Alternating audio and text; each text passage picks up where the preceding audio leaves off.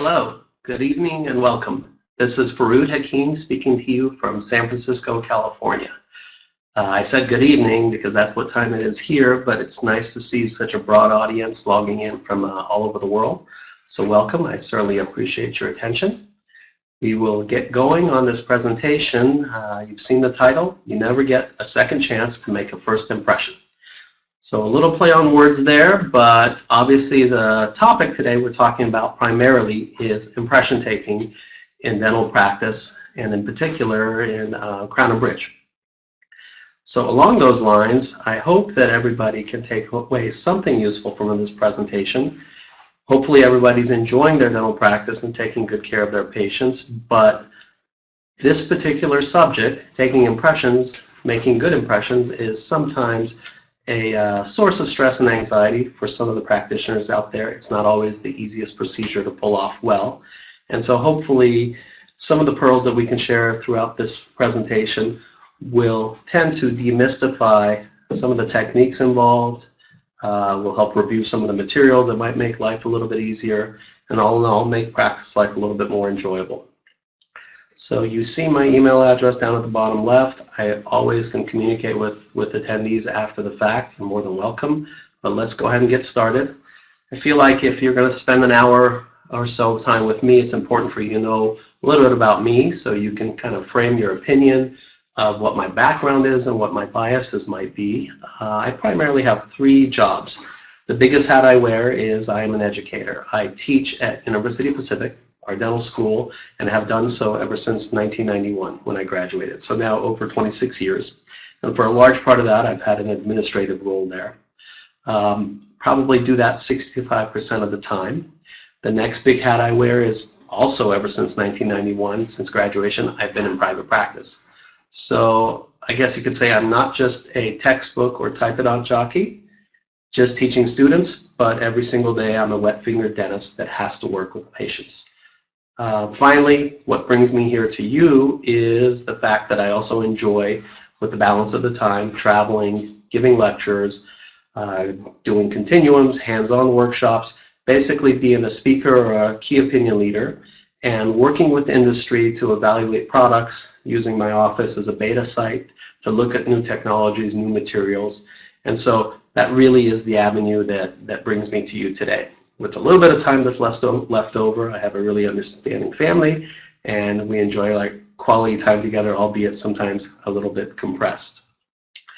I am part of an organization called Catapult. There will be several members of our organization that have spoken maybe to some of you through Viva Learning and other avenues.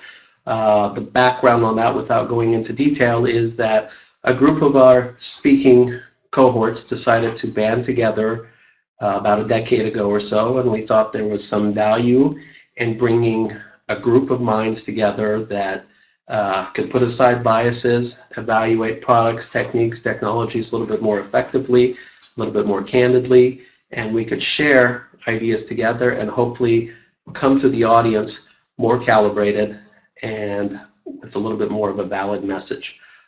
If you ever have a chance to listen to one of the Catapult speakers at a local venue or at another webinar, I highly encourage it, not just because I'm a member of this group, but I have the privilege of knowing all of them and knowing what a strong group of practitioners and lecturers they are. Catapult does a lot of things, online learning, live learning. We won't go into the details of that. Next part of this is the disclaimer that this webinar is supported with Boco Corporation, a company that I work with, and this is a very easy disclaimer in the sense that while often there's corporate sponsors for a lot of the educational components that we do, my personal rule is that I will not speak for a company or about their products unless it's something that I use daily in practice and have incorporated into my own techniques and my own procedures. So the products that you'll see today are things that I use in the office, as well as the companies know that I will talk about competing products and other companies' products. So there is never an intent for this to be any type of an infomercial other than just purely an educational endeavor. So let's get started. Why is impression making such a timely topic? It's been around forever. But But I think it's critical because we're at a point in our profession's evolution where digital capture, digital scanning, has been around for a while. Technologies are being perfected. Newer ones are hitting the market all the time. And while these are getting better, the devices intraorally are more sleek, more ergonomic. Digital workflow is a little bit more user-friendly. Still, there's relative low market penetration. I love the digital world. I use digital capture devices here at school daily. The reality is that they are slowly penetrating the market, and still walking into the majority of the office daily, the majority of practices still are using analog impressions. And so that technology is here, will be here for a long time. It will not die right away, but certainly it will reduce over time. In the meanwhile, because of this new technology, some of the emphasis on the education and how to use elastomeric impression materials has been reduced. Certainly it's been reduced in academic arenas. We have a certain amount of time to teach, and with the emphasis on digital and CAD/CAM instruction, we've had less and less instruction on impression making the traditional way. And yet we have just as much need for crown and bridge, whether it's for direct or indirect procedures. So pretty much I would venture to say that no other procedure in dentistry has such a critical link to the outcome than the quality of a final impression, what we would make a final prosthesis on. However, unlike a lot of procedures we do, where at the moment we inspect it, we have a good idea, a good unbiased or objective way of measuring whether the procedure went well or not. With impressions, unless there's an obvious flaw where we know something is missed, often there's hidden distortion where we feel like we've captured the likelihood, the negative image of the target prep very well, and yet there's inaccuracy that we can't see. So it's real critical to the outcome. Unfortunately, we don't know if the final outcome or output is going to work until we try it on the tooth. And so there's a lot of wasted time and overhead. Unknowing is not a great place to be. So I feel like reviewing some of the techniques and really pinning down troubleshooting this will help practitioners quite a bit. Let's look at some of the material options. Some of these are more popular in the past and some of them dominate the market now. But the primary things that have been used are reversible hydrocolloids, polysulfides, polyethers, and all the silicone-based materials. Over the years, practitioners have differentiated between which one of these products, or often a combination of these products, they prefer to use based on some criteria. Usually the best criteria is accuracy. Why would we use a material unless it created an accurate impression that would then lead to a nice output? Other things that give preferential selection for practitioners: handling, the various viscosities that they would need to do the job they're looking at. The stability of the material. Is it something that's stable early on, or can it be used and reused? The relative rigidity of the product, the elasticity, can it rebound from undercuts and not distort? Tear strength. Do we capture a critical area of an impression only to have it tear away when we remove it from the mouth? The challenges with storage, different temperatures. How do we disinfect it? Can that impression be poured and re-poured if we need duplicate casts? The relative hydrophilicity, the wettability of the impression, whether it's to take an impression in a moist environment, which we always are doing, right? We're working in the mouth. Or does water-based gypsum products flow readily into that impression so we can get accurate pours and accurate models? Sometimes economy comes into play. How expensive are these materials? Are they pleasant to the patient? Do they have any toxicity to them? Do they taste bad? Do they have a bad odor? Do they stain clothing? So many things to consider. But I would say that while there's lots of good materials, and the polyvinyl siloxane materials are not the front runner with regards to all those material characteristics, they have settled in to be the most commonly used materials in practice. The main reason for that is convenience. They have advantages of being very easy to deliver, that they lead to very accurate impressions with very good surface detail, that the manufacturers will develop products that have a variety of setting times so that we can have materials that go from start to finish faster, and materials that can give us ample working time for a more complicated procedure. That they produce these in a variety of viscosities for us. So sometimes we can have something that's a little bit runnier that will get to tight to reach places, and other times we have things that are more stiff. That they have good shelf life, meaning that they will not expire on the shelf right away prior to use, as well as good stable shelf life after the impression is made in waiting for the lab to work on the impression, and reasonable tear strength. So these are the advantages. There are some disadvantages to the polyvinyls, and that is they are very technique sensitive.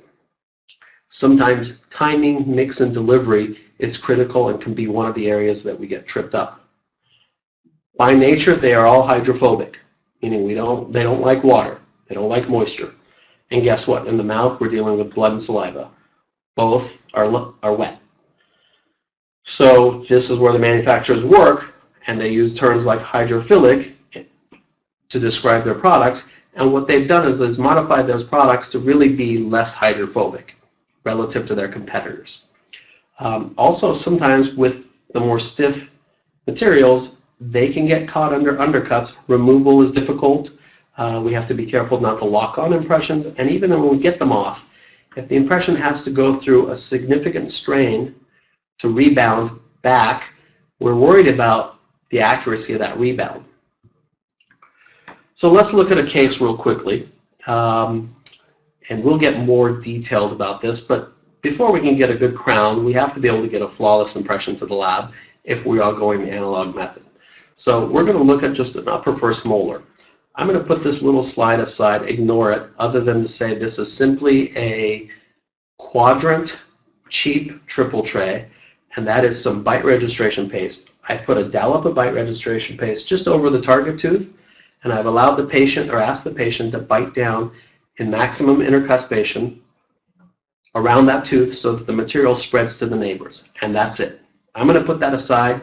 We'll come back to that, and I'll tell you the reason for that. Now here's the tooth. It's been prepared for an all-ceramic crown. These are old slides, so I think it's probably been 9 years since I've done a Procera crown, maybe 10 years. But this patient was getting a Procera crown, which is a zirconia coping-based layered ceramic over it. The preparation was done under isolation. This was a big amalgam that had a fracture or caries underneath it. That was removed. A buildup was placed. And what you see there is a tooth that basically it's in its final ready stage for the impression. You'll also notice that the sulcus is spaced open a little bit. What we've placed there is a double zero, basically one of the smaller core diameters that we have, circumferentially 360 degrees into the sulcus, so we have minimal retraction. After that, you can see a wider diameter cord that looks a little bit more like a rope. That's a size 1, a second cord, and we'll talk about this dual cord technique. I'm rushing through this just to kind of whet your appetite. We're not going over the details yet. But that second cord is placed, and what that's doing is getting us axial retraction so we can capture that margin accurately when we pull that second cord. A lot of times when we work with the students, we are, I would say 90 to 95% of the time, when we have margins that are at or below the crest of the gingiva, we are talking to them about a dual cord technique. But this was just a rush through that left out a lot of the critical components to getting a successful impression.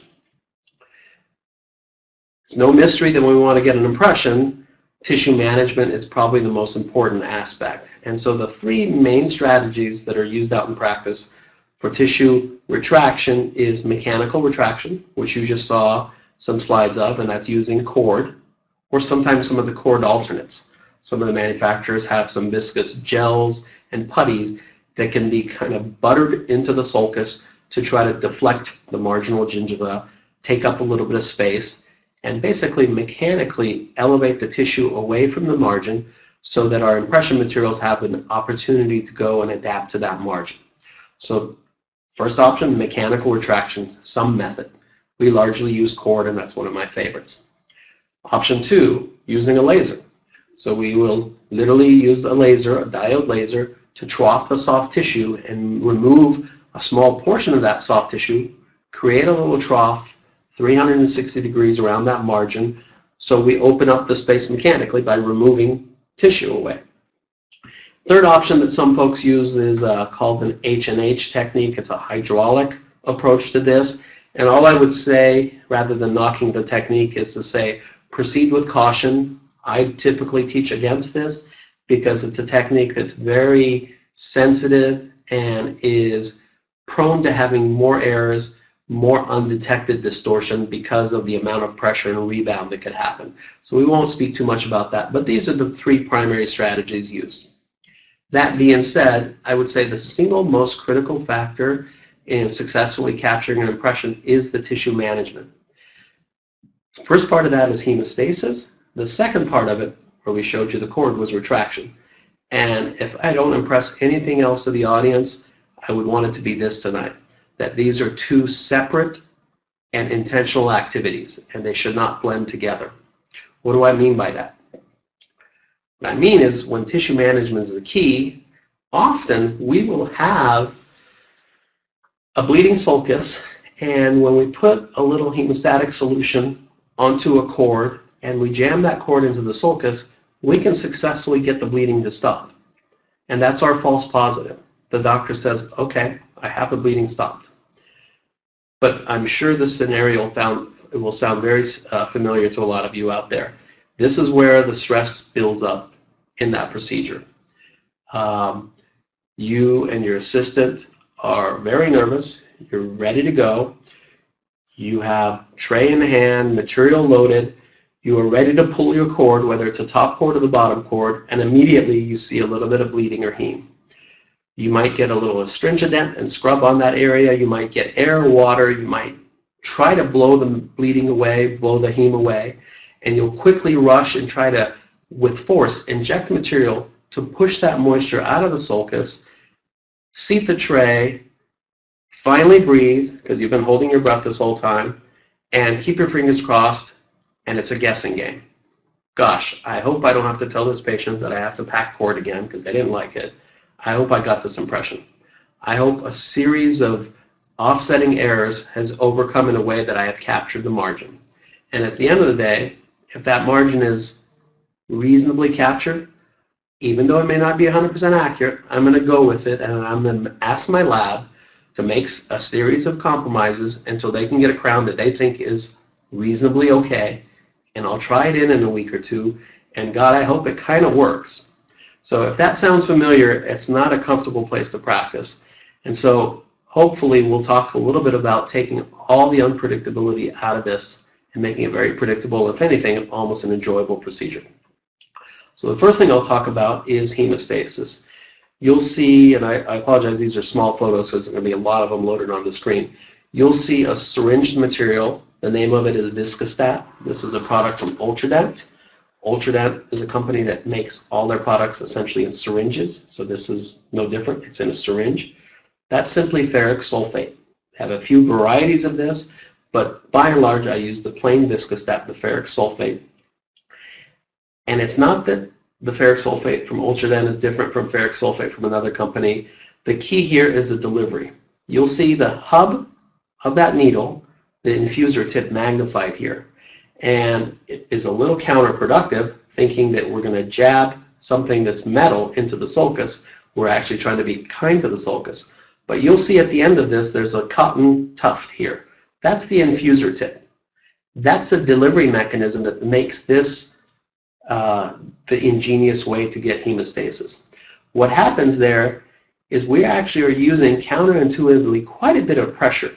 As we're expressing the ferric sulfate, which is kind of a brownish orange color, we are aggressively scrubbing that with that infuser tip into the areas that are bleeding.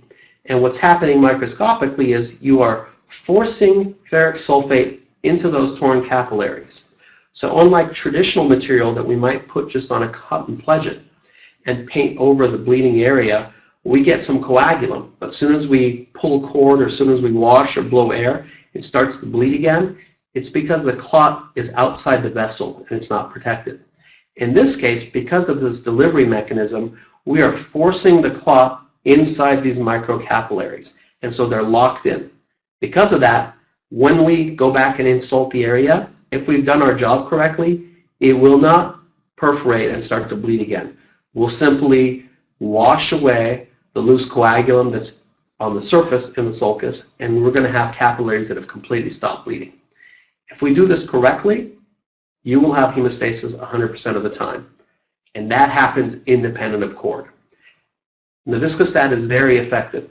I don't just use it for operative procedures. You can very quickly go from some bloody papilla to very controlled tissue if you need it for any other direct restorative procedures as well. So here's an image of a tooth. You can see that the operator has the syringe tip kind of buried with some pressure, a reasonable amount of pressure against that sulcus. They're expressing the viscostat and they're scrubbing it along. Now I mentioned viscostat being yellow. Ultradent has a product called Viscostat Clear. Some people gravitate towards that because they don't like the tissue turning a little stained yellow or orange. That color is only temporary. The reason Viscostat Clear is because it's aluminum chloride. And that's the other competitive product that manufacturers use and sell for hemostasis. Aluminum chloride is not nearly as an effective hemostatic solution, nor is it an astringent that dries the area like ferric sulfate is. So what I would say is put up with a little bit of the color change. It's only temporary. It will wash away. Our main goal here is to capture the impression rather than to use an inferior hemostatic solution that runs the risk of bleeding. So I essentially am using traditional Viscostat 95% of the time. When I use the aluminum chloride products, when I don't want discoloration, is when I don't have much bleeding or any at all. And all I want to do is have an insurance policy, maybe on the day I'm delivering an aesthetic case, a veneer or an inlay or an onlay, something like that, where I'm going to show the patient in the mirror, and it would be nice to not have a slight orange tinge to the tissue, but the emphasis isn't on hemostasis because the tissue is in good shape. So back to this procedure, again, we're going to scrub 360 degrees. Doesn't take more than 15-20 seconds to do this. And then I'm not going to assume that the hemostasis occurred. I'm going to test it. So with aggressive air-water pressure, I'm going to blast that area. I'm going to insult the tissue and see, basically test it to see if it bleeds. More often than not, it's not going to, and you're done after one application.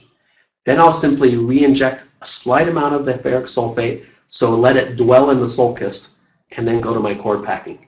If, however, there's a stubborn area that's more lacerated, I may have to reapply a second time, on rare occasions a third time. And usually those are spot areas that are very angry, often in the proximal areas. I will never move forward with my cord packing until I've got 100% hemostasis. And that's the critical aspect. There we are, blowing the air, checking the area to see if it's going to leak. Then we're ready to pack cord. And the type of cord I use is here on the bottom. That is a knitted cord. This is a braided cord. These are the same diameter, but you can tell that they don't look the same diameter. This has much more air knitted inside of it. It handles a little bit better, and will actually become a carrier for the ferric sulfate. So again, the brand that I use is the Ultradent's UltraPack brand, and they make it in all sizes. But all I would say is look for a knitted cord rather than a braided cord. The most common errors folks make with cord, one is, and I hopefully just got that message across, starting to pack the cord prior to hemostasis. Because what that does is give us false hemostasis. We basically put a plug in the sink, and so there's no heme rising up. The minute we pull that plug, it starts to bleed again. We want to know that when we pull that cord, there's no stress, no rush, there's no bleeding. Often the wrong diameter. Critical issue here is we want the smaller cord to be the first cord in the sulcus, and for that sulcus to expand as we move up closer to the margin. So the second cord is always slightly bigger than the first cord. Now, which size you start with has a little bit to do with the dimension of your sulcus, how deep you are, the biotype. Often we're starting with a 00 or a 0. Sometimes we're ending with a 1 or a 2, but that's rare. Again, that's a case-driven decision. Sometimes, because we advocate a 2-cord technique, folks kind of get into the automated motion of saying, okay, 2-cord, always 2-cord. Sometimes you need 3. Sometimes you need 0. It really depends. If all your margins are above the crest of the gingiva, there's no retraction needed. Why torture the tissue? Sometimes you'll need a small bit of a 3rd cord just in a deep area in the proximal where your prep went very subgingivally. Another pet peeve of mine is impregnating cord with hemostatic solution. Again, cord, especially knitted cord, becomes much harder to handle when it's wet. In fact, you've had cord in the mouth where saliva has gotten on it, and now it becomes very difficult to manipulate it with the packing instrument. The best way is to pack dry cord into a sulcus that's lightly moistened with hemostatic solution, with the Viscostat. And the final mistake, and the students make this all the time, because early on in their lectures, they remember hearing that our polyvinyl materials are hydrophobic. And so if moisture is bad, let's keep the area as dry as possible. So I'll come up to a clinical case, and they've got 2 or 3 dry aids in the mouth, maybe a dozen cotton rolls packed here and there. The patient has high-speed evacuation in the back of the mouth, and they're working on this. Meanwhile, the tooth is desiccated and can become sensitive afterwards. The tissue is dry, and when they pull that cord out of the dry tissue, everything tears. Moisture is our friend the entire time. The entire impression procedure will go better if the area we're working on, the field, is kept moist other than the last second when we're about to inject our wash. That's the only time that we want to dry or over dry the area. So this is where we left off. At this point, I hadn't gone over with you that we have layered Viscostat, tested the tissue, put our first cord, added a little bit of Viscostat to the top of that, put our second cord. At this point, really the second cord only needs to stay between 3 to 4 minutes. We are ready to go. We'll pull that cord and inspect. There is no rush. If we've done our job, there should be no bleeding. Here I'll take the time with my mirror to verify that no part of the tissue has collapsed, and more importantly, my top cord hasn't pulled up my bottom cord. If they lock in together and it raises up a little, you may have a perfect situation where you're just going to miss the impression because the bottom cord's in the way. Have your cord packer ready. You might just need to tuck one portion of it back in, inject your wash, the tray goes. This happened to be a quadrant or a triple tray. More often than not, we're using full arch impressions, especially when there's multiple teeth involved. We reserve triple trays or quadrant trays when it's a single tooth and there's plenty of other posterior stops. It's not the terminal tooth, so the lab has a reasonable attempt at mounting this accurately. There is a rule we have that if we don't see under 8 to 10 power scope, 100% of the margin with flash, no voids, no bubbles, nothing missing, every single time the impression gets rejected and we start over again. And so a lot of folks may not have that personal standard in practice, and I don't blame them if they are having to take and retake impressions, because that's not productive. What I would argue is that if we kind of embrace these steps and become very proficient at taking these impressions, there's never reason to compromise, that we will always be able to deliver an impression of the highest quality to the lab, which means better outcomes at the end. Here's a perfect example. With the right tissue management and technique, you can see this is an 8-unit case. This is not a small case. All of the margins are significantly subgingival. This was one done by a dental student with this 2-cord technique, using Viscostat and going through our normal protocols. A lot of people are shocked when they realize this is a student case. In fact, this student submitted this for the Dentsply Best Impression Award, and they took, I think, 2nd or 3rd, and we got a secret letter back from the company saying this was the best impression we've ever seen in our life. We were suspicious that the faculty did it for the student. And so we got a chuckle out of that. Obviously, they validated how good of an impression it was. But the bottom line is, if this is a novice dental student that's got a year of preclinical and a few clinical cases of training, and they can pull this off, there's not a reason why every doctor in practice can't pull this off as well. We talked about some of the options. Sometimes we would use a diode laser and trough. Some people just say, I don't like cord. This is not an unreasonable alternative. And even though I enjoy packing cord in hemostasis, there are times where maybe a patient comes in and the crown has been off for a while. There's very dense, highly keratinized tissue that's grown in, and there's really a lot of difficulty retracting it. You actually have to cut some tissue away. Sometimes I use laser with a little addition of the cord. When it's these very tight circumstances, we have to do what we can, but at the end of the day, we never compromise. We have to see 100% of the margin every time, otherwise it's a no-go. Here's another example. This tooth, I would say almost 99 out of 100 times when I see this, and this is a tooth that lost the crown with the post, it would be an extraction and probably the implant, if not a bridge. But in this case, there were some systemic issues. The patient was not a good candidate for implants. It was an older patient and was hoping to get some life out of a new crown, albeit a very compromised, risky situation. A complex fiber post with multiple post buildup was done, but you could see there was very little ferrule. We had to go in there with a laser, trough as much as we could without doing crown lengthening. We didn't want to put the patient through that or expose the adjacent furcations, and create a clean environment so that we could eventually get a good impression and get some life out of this tooth that was very destitute. Here's a number, and of course this is different all around the world, but in the United States, the average hourly overhead for a practice is $360. And so we don't think too much about that until we break it down and realize that it's $6 every minute. I am in practice only a day and a half a week. When I am not there, my associates are there. So think about that. Since I'm only in practice a day and a half a week, and I have to be efficient with my time to stay productive, to pay the bills, and to cover the overhead, I cannot afford the luxury of taking a second or a third impression, or sending something that is subpar to the lab, hoping that they make it work. Our motto is we have to get the impression the first time every time. Now, does that mean that I haven't retaken an impression ever? Of course not. There's times where it doesn't work out. But we like to get to where we really, that is the exception rather than the rule. And so if I have an 8-unit case and I'm double cord packing, that whole event might be 45 minutes.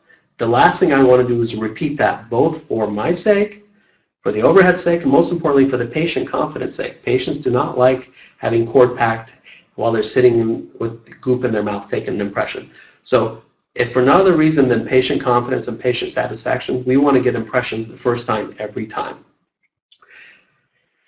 And so in working with a lot of colleagues and not being kind of isolated in practice over the years, I found, and it's great to work with friends and colleagues, I found that by and large, most of us dentists, we can be categorized into 2 categories. Ones that work on our archery, and those of us that look for a better arrow. What I mean there is if we're faced with a problem, let's say the problem is clinical impressions. Some of us say, I can't figure this out. I guess I need to go to some classes or talk to some colleagues, read up on it, and see what I can do differently. I'm going to work on my archery. Others will say, this is a problem I'm having. I wonder if there's a product out there that will help me overcome this problem. Rather than working on the archery, let's see if we can find a better arrow that flies straighter. And neither of these approaches are wrong. And in my opinion, I think we probably vacillate between both of those approaches at times. So let's look at Voco's product, their introduction into this market, VipaSil, that I think is a pretty straight flying arrow. I've had the opportunity to test this product now in the office for the last 6 or 8 months, and I've done a handful of cases with it. And so I will give you some of the advantages to this material. That said, I think I spent the better part of the lecture explaining why I think it's critical to have the hemostasis and the retraction, the soft tissue management down pat. And if you do that well, pretty much can get an impression with a lot of well-designed materials. That said, if you have your technique down pat and you also happen to have the best titanium arrow that flies the straightest, I think that's the best of all worlds. So here's the first differentiation between this product and a lot of the other manufacturers' products. One is that you will see, whether it's their wash material, their tray material, their putty, you will see all of them labels that's fast set. And so that might make you a little nervous. You say, well, you know, sometimes I want the luxury of being able to go a little slower. Sometimes it's a multiple unit case. The reason they're all labeled as fast set is that this material has smart timing incorporated into it. And I will talk a little bit about that in a second. What that means is it has great working time where you never have to rush. This is where rushing could be a detriment or something that starts to set up on you. Once it's inserted in the mouth, then it speeds up and goes into a snap set phase rather than having a long, slow gelation phase. And that's where you want quick action. What we want to do is reduce the amount of time that a patient has something uncomfortable in their mouth. More importantly, not just for patient comfort, the majority of distortions that happen during an impression are when materials are slowly gelling while the patient might be moving around, while sometimes us or our assistant is not paying focus on the amount of attention we're putting on the tray, or the worst case scenario when we let the patient just bite down onto the tray. So that critical timing is very important. So you'll see Vipasil kind of measured against this graph against one of its competitors, and this is what we're talking about. We want to have ample working time down here at the bottom of the graph where the material doesn't start to set up. So we can take our time, load the tray, inject the wash, but the minute we load it and seat it in the mouth, Vipasil goes through a very rapid snap set. And so the critical zone where there's likely to be distortions, that timing is reduced significantly.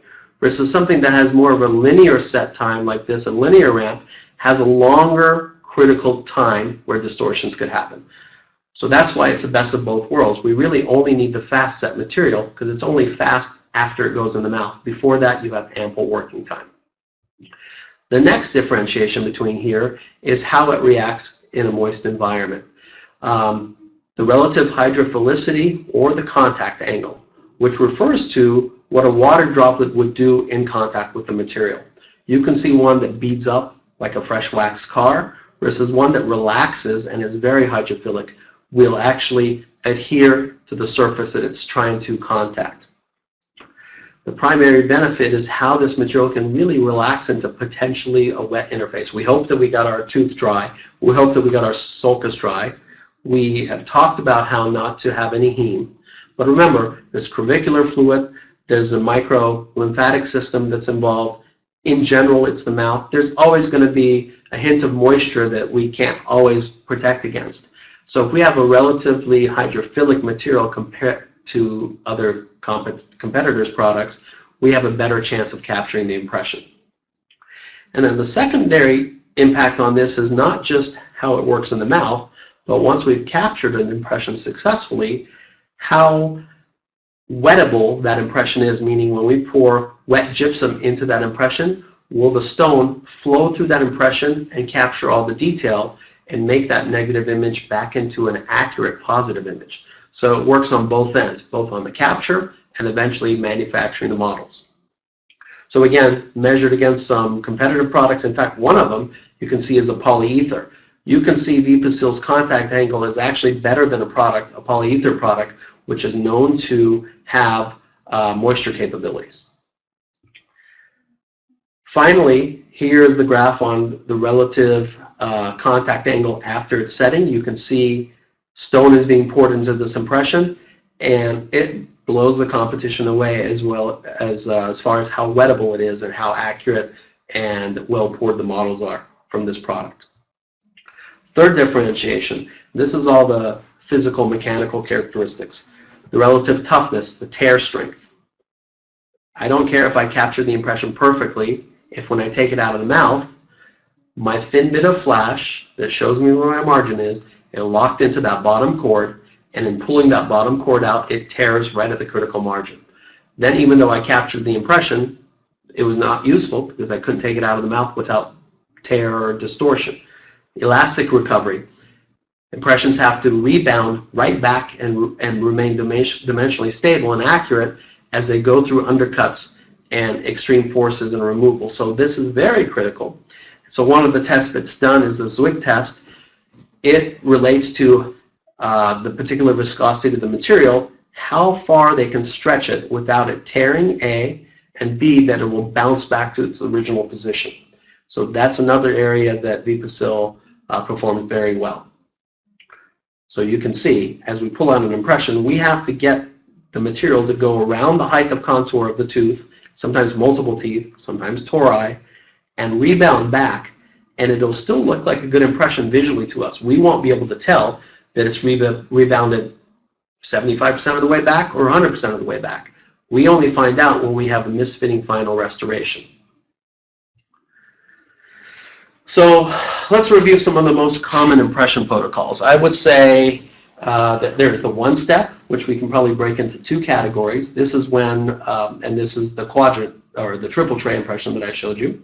This is when you and the assistant get on the same timing while cord is pulled and the doctor is putting the wash, the high flowable, low viscosity material around the tooth. The assistant is loading the tray or the heavier material, the monophase, inside the tray simultaneously, whether it's a quadrant or a full tray.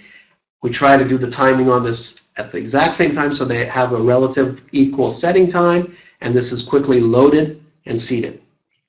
That can be done with a heavy body material and a light body material, or a custom tray can be made. So this is off a preoperative model where we can use acrylic and make a tray that fits customized to that patient's mouth rather than using a small, medium, and large, and only filled out with wash because a lot of the airspace is now eliminated. And so that is the one step, meaning that you take the impression in one go. The second most common impression protocol is the two-step, which at that point we get a generic tray, small, medium, large, extra large, and we say that we would like to remove some of the variables. What we will then do is use a putty, a stiffer mix of the PVS material. Often it's the hand-mixed A and B catalyst components, and we will load that into the tray and we'll customize that tray. What we're doing is eliminating the timing and the sequencing of events needed for an assistant to quickly load a tray with immediate set body material. We're going to do that in advance and let it set up, so that all we have to do is make up the remaining space by putting the wash around the tooth and some of the other detail in the anatomy. So we'll illustrate this through a case. Here's a couple of cases done with Vivacil in the office. This gold crown had some recurrent decay that was detected. We decided it needed to be changed. It was sectioned and cut off, and sure enough, the decay was there. Slowly the decay was removed until we reached good, hard, uninfected tooth structure.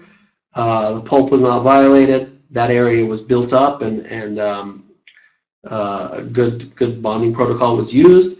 The prep is refined. The margins are ready. You can see this is subgingival in a lot of areas. So there's a big emphasis on the cord packing. So we went through the technique that we reviewed earlier. Viscostat until hemostasis was 100% achieved. First cord, and now you can see the second cord. A little secret here, the first cord, I'll cut enough to go all the way around and have the ends meet so that it's circumferentially below the margin everywhere. There's no tail sticking out because that will interfere with the impression. The second cord, I'll cut a little bit longer so that I have a handle to pull, so I don't have to go digging at that with an Explorer. And often I'll start packing that in my most difficult segment of the sulcus, because when I go 360 degrees around, if I decide that that area was my deepest margin, now I have a little extra. So rather than having to cut another piece, I can simply tuck that in, and that one area becomes the third cord area. Anyhow, we let that sit. That's pulled. The Vivacil, this is the extra light, fast body material, and the soft tray material, immediately seated in a triple tray. And if we look again, we want to have, even with these deep margins, 100% of this margin captured 360 degrees around the tooth. Here's another case. Now, I took photos of this case just to illustrate the technique for a customized putty tray. I was taking impressions for actually an Invisalign. So there's no, for an Invisalign treatment planning setup, there's no prep teeth in this, but the procedure is the same. So it was easy to just photograph this. We have hand mixed their part A and B putty. This is their heavy body putty. This is hand mixed, and the right amount is loaded circumferentially in the tray. I will simply get my finger and make some indentations across this tray while this material is still soft, so that there's recesses already available for the teeth. I'll seat that in the mouth, and then I'll take it out. But I won't simply seat it and hold it stagnant. What you don't see here without a video is the fact that once I sat this into the mouth, I'm doing a few things. I'm creating a little bit of space for my final wash. Some people prefer to create a lot of space. They will actually use a cellophane spacer or a splint or something over the teeth to create an inordinate amount of space. I'm not a big fan of that. I want a small amount of space so that this putty becomes the hydraulic driver for my wash, and it forces that wash into the deep, dark crevices and sulcus that I'm trying to capture. However, I can't have it be intimate either, otherwise there's a risk of expansion and rebound. And that's the issue with the H&H technique. So once this is seated, while the material is soft, I will simply grab the handle here and I'll rotate left to right. What I'm doing is spinning that maybe a half a centimeter left to right, and I'm expanding the areas around those teeth. Then I'll simply move anterior posteriorly by a millimeter or two. Basically push the anterior flange of that tray closer to the centrals, closer to 8 or 9, and drag it backwards. So as it's going through its gel phase, I'm wiggling this around and creating a small airspace there. The final thing I do is, after it's been in the mouth for about 15-20 seconds, I will actually lift it up half a centimeter or so and put it back down. And I'll do this a few times. What that's doing is getting the cuff of the material right around the cervical area to expand beyond the height, the contour of the tooth. So basically, all these teeth spaces are slightly bigger than the actual size of the teeth. I'm creating a little recess for the wash material. That's put aside and it's set. Now, whether I'm doing a crown and bridge impression or a simple Invisalign impression where I am not really managing cord or loading wash around a particular tooth, I simply load this tray with a little bit of wash and I go. So if this was a crown and bridge impression, let's say I'm doing a quadrant of crowns, two or three in a row. This component is handled the same, but I've timed my cords being pulled and wash around the tooth simultaneously, and I simply seat this. At that point, when we take this out, you can see how I've created space for the orange, more flowable material to go in and capture the detail. If we pull this up close, you will see, and this is what Invisalign wants, they want really good free gingival margin capture. And so that's what we're looking for with the two-step. The two-step is very valuable where you have a lot of teeth involved. If you have 3-4 teeth or you're doing a full mouth reconstruction, it's nice to have the attention needed to filling a tray simultaneously removed from the equation, where you have your assistant and their hands free to hand you cotton pliers, so you can hand them back cord, they can suction, use the air and water, and the lion's part of the work with the tray is done. We simply have to load and go. So my rule of thumb is that often when I have multiple units involved and I would prefer the hydraulic force of the putty, I pre-prepare a putty tray. If it's a simple single 1 or 2 units, I often do the one-step technique. Neither is wrong. Both will work in both circumstances. It's just the path of least resistance. So the critical things to consider for these are latex contamination. A lot of our PBSs are sensitive to latex, and that will retard the set of the material. So make sure when you're mixing this, you're either doing it with clean washed hands or latex-free gloves. Certainly no talc or powder on the gloves. Some folks will prefabricate the putty model of the putty tray on the models. That works fine if it's an accurate model. You have to make sure that the putty is not extending past the area of the model that's trimmed, because it obviously doesn't exist that way in the mouth and you'll have difficulty seating it. Often folks will do the putty pre-preparation. So that means that by the time you prepared your crown, there's a natural increased amount of space around the prepared or target tooth. That's the area that we want no show through of putty. We're okay with a little show through of putty in the neighboring areas, but on the prep tooth, we want it to be a 100% wash so there's no chance of bouncing and rebound. Some folks, if it's a large span case and you've got healing provisionals on, they'll leave the provisionals on, make the putty tray, then take the provisionals off and start packing the cord or doing the refinement. And like I said, some use a cellophane spacer. There's lots of different ways to skin this cat. It's just what the clinical circumstance provides. One critical thing I would say is on the teeth that are the target teeth, I would recommend trimming a little bit more around the gingiva, because keep in mind, we've made this putty prior to packing cord. Now we've expanded the tissue, that cuff of tissue around that tooth. And if the putty fits tight there, when we seat our tray, what that putty might be doing is forcing that sulcus that's now yawning open because of the cord back closed. And when that happens, you'll thin out your flash and it'll tear.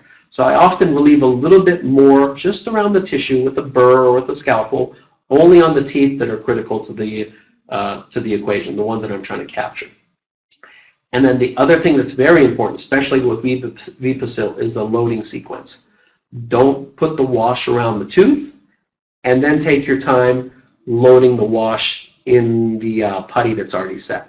Because remember, it's sensitive to the contact, to the temperature increase in the mouth. You have a lot of working time, but as soon as it's in the mouth, it starts to set. So I always recommend loading the tray that's outside the mouth first with the wash, then loading around the tooth and instantly seating the tray so something doesn't start to set on you. Remember, we left off with that little quadrant impression that I took, and I'll rush through this. We might not get through all of the slides, but I just wanted to talk a little bit about provisualization. I simply use a little bit of this acrylic material now in that quadrant, which was a perfect model of what a temporary should look like. I'll trim that, put a little bit of overglaze. Voco makes this product, Easy Glaze, that I can put on there and cure. And I have a very quick, shiny temporary made exactly off the replica of the patient's bite. So minimum adjustment, this is ready to go. Better yet, that small quadrant impression that I took before I prepped the tooth can go in a baggie with the patient's name label. So if the patient ever loses that temporary before the final crown is ready, we have a predictable way of remaking the temporary. So it's a very quick way to help your assistants or yourself make temporaries predictably fast and reproducible. Let's look at some other examples. So this is what you have to be sure of, is that the patient is biting into MI. So you can try the tray independent before the material's in there to make sure that they know how to bite into MI. Often they'll try to bite on the tray, so they'll shift their jaw one side or the other, thinking they're helping you. So you need to reinforce them biting into MI. Here's another example. This is Voco's registration material, Innistrato Extra. A little dollop is all you need, enough to get to the target tooth and a couple adjacent teeth. The little bit that goes through the mesh on the opposite side is all you need. We're interested in not wasting material, just using the amount that we need. Prep is done. That's loaded. I happen to use Structure Treat, Voco's temporary material, Bisacrylic. There it is. And because it's such a tight fit, you can see how self-trimming this is. There's only little bits of flash that within a few seconds with the diamond burr that I used to do the preparation, I can trim that away. Looks like a nice crown. I can put a little glaze, and I especially do this when I'm doing anterior aesthetic cases. It's not necessarily important in the back as long as it's smooth to the patient's tongue, and we can seat that. We should have perfect contour, perfect marginal seal, and a perfect occlusion every time without a lot of jockeying back and forth. This works for partial veneer crowns. Again, another example. This is a tooth that is not getting a full crown, but a type of an onlay. We can get from point A to point B very quickly, and I purposely chose a different color so you can see this doesn't go all the way down.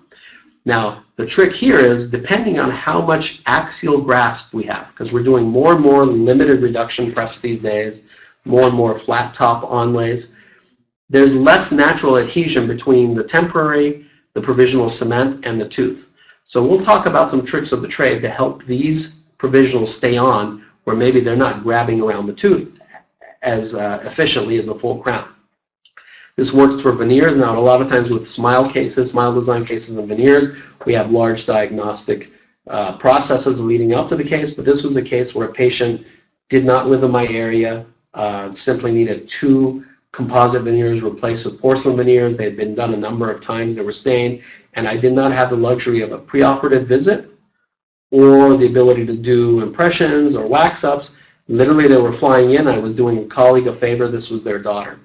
So patient came in. This same technique works for that. I needed to be able to have her leave with a reasonable temporary after I prepped and took the impression. Again, because of this tight fit, you can see how it's so self-trimming that all the extra material just gets pushed out of the way. And very quickly, we just have a thin bit of flash to trim up. We would naturally leave the veneers linked together for additional retention. And the patient came in and left with at least something as reasonable as what she had before. Now, the final product, we hope that looks a lot better. The length and width symmetry, the shading, all that stuff is a lot better. But at least we had a way to get temporaries for this patient. So since the last case I showed you was something that was only on the facial aspect of the tooth, or the onlay, which didn't cover the tooth 100%, this probably brings me to my last point, which is some strategies to help retain the non-retentive provisionals. Sometimes we choose a stronger cement. Sometimes if it's multiple units, we can leverage that because they're connected together, and even though each individual unit is not as retentive, since they're all linked together, we get a little extra. And I'm sorry, I know we're down to the last 5 minutes. I know we can extend 5 minutes. I want to get over a few topics with you. Some use the strategy of spot etching and bonding the center of that restoration. I'm not a huge fan of that. That's an absolute last resort for me because if we actually go through the process of etching and bonding, that's an area of that restoration that I have to be able to be comfortable and confident that I've removed all the adhesive and all the resin cement there. Otherwise, my final restoration won't seat. And often with these, we have to break the temporaries off. So if I ever need to replace the temporaries, if I'm doing a try-in or I don't like the shade and something's going back to the lab, I'm back to square one. So I would rather have a temporary that the patient cannot remove, but that I can remove. For that same reason, I'm not a big fan of shrink locking the temporaries and trimming the flash off the gingiva, because at that point, we don't have a bacteriostatic agent or cement between the temp and the tooth. They've simply shrunk on the tooth. Difficult to remove. So we'll talk about some kind of strategies to do this. One is we have cements that are a little bit more tenacious. Bifix Temp is Voco's temporary cement. It's got a lot of advantages compared to the traditional ones. One is that some traditional advantages, Tempon's a popular one, will have a shade that sometimes shines through, and other ones will be very clear, and so they're harder to see. Bifix tends to kind of have the best of both worlds. It is one that is visible during removal, but eventually becomes more transparent, so it's not shining through your restoration, and it has a reasonable amount of retention. So for my very retentive temps, I won't use this, but for my marginally retentive temps, this is a great cement that tends to keep things on. It can also be tack cured with a light. The other little kind of duct tape products that Voco has that become very useful is some rubberized provisional materials. They are called Clip, or the flowable version is Clip Flow. And I'll show you a couple of cases where those are useful. These are very nice for inlay and onlay provisionals, where we have to make things directly in the mouth. If we have an emergency and we have a temporary filling, provisional repairs, closing access screws, temporarily closing endo closure accesses, blocking out undercuts. This is a very rubberized, light curable material. So final case we'll end with, patient came in, again, not a patient of record, was a father of a patient that was traveling from South Africa to here. They were here for a few days and they were going to rush to Mexico for a vacation. I did not have time to do the normal workup. This amount of tooth was gone. We decided to prepare it and preserve the good enamel that was left on the lingual. All of this is normal. We're going to bond in an onlay. We're going to go through the procedure, take a good impression the way we talked about. But now the difficulty. Since so much of the tooth was gone and we don't have 360 degrees of axial grasp, how do we make a provisional that's going to last for a few days until my lab rushes an onlay for this patient? And so all I did was get some of that Clip putty and mold it around in my finger, mush it down into the tooth, have the patient bite down into it. In fact, you can see that I purposely used a little extra to get a little wrap around the tooth here. Once the patient bites down, I'll get an instrument and clean away right up to the margin all the way around so that it fits tightly in that area, and I'll simply light cure this. This is very rubberized, it's locked on, but it's not bonded to the tooth. It's a very good way to keep the tooth safe, keep the area covered, and it comes off very easily in a few days. Like we said, we can do this with multiple units. You can link them together. Sometimes you have an inlay or an onlay next to a full crown. Splinting them together helps the less retentive one stay because we have a full coat of cement in that adjacent tooth. So sorry for that rushed approach to this, but we had a lot of information to get across. Hopefully we were able to troubleshoot some of the issues that folks have in practice, some of the challenges that are there, hopefully expose you to some new technologies or products that will make practice a little bit more rewarding. What I'll do is thank you, thank Voco and Viva Learning, and open it up to questions. Alrighty. What is your opinion on using a lot of epi, like a 1 in 50 versus 1 in 100,000? I think it's fine. Obviously, there's certain risks we take with increased epi, and so because of that, since I've had so much success using ferric sulfate and Viscostat to do this, I rarely take that chance, and so it definitely helps. It's proven to help, but what it's not going to do, it's going to reduce the vasculature in the macro environment, but if you have a torn capillary right at the site that's still bleeding or weeping on you, I think the Viscostat is the best way to go. So I don't mind using the epi. I think we use it cautiously. Let's see. Let's go through some more questions here. Another one was, what kind of core buildup do you use? Again, good question, probably because I showed one of the teeth being built up. That one was, I believe, done with Rebuild-A-Core, another Voco product. But essentially, I generally only use resin cores, and depending on the extent of the core, meaning if it's simply an area where I'm going to spot add composite to block out voids and undercuts, you can pretty much do this with any of your regular composites. If it's a core that's very deep, or perhaps going down into a post system, then I'm going to need something that has dual cure capability and that has the right film thickness. So it has a good compressive strength, but they can thin down and flow into the nooks and crannies. In those cases, I'll use a dual cure type of a core material. Is there any interaction with the viscostat and setting of the VPS? Very good question. Yes, any of our hemostatic solutions can cause distortion or be a retardant to these materials. So the hemostatic solutions are critical for getting the tissue under control. Once we are ready for the impression, everything is thoroughly washed away. And I'll even test it by getting a wet cotton gauze, kind of using like floss and going mesial and distal scrubbing around the tooth, making sure that that tooth does not turn yellow at all. If you haven't been good about washing it away between steps and you have a lot of coagulum built up and you just feel like you're not getting all of it off, a little bit of hydrogen peroxide on a little micro brush does a great job. But you do want to have all of it gone, whatever type of hemostatic solution you're using, before you take the impression. Let's see. What else? Any other questions? I think that's it.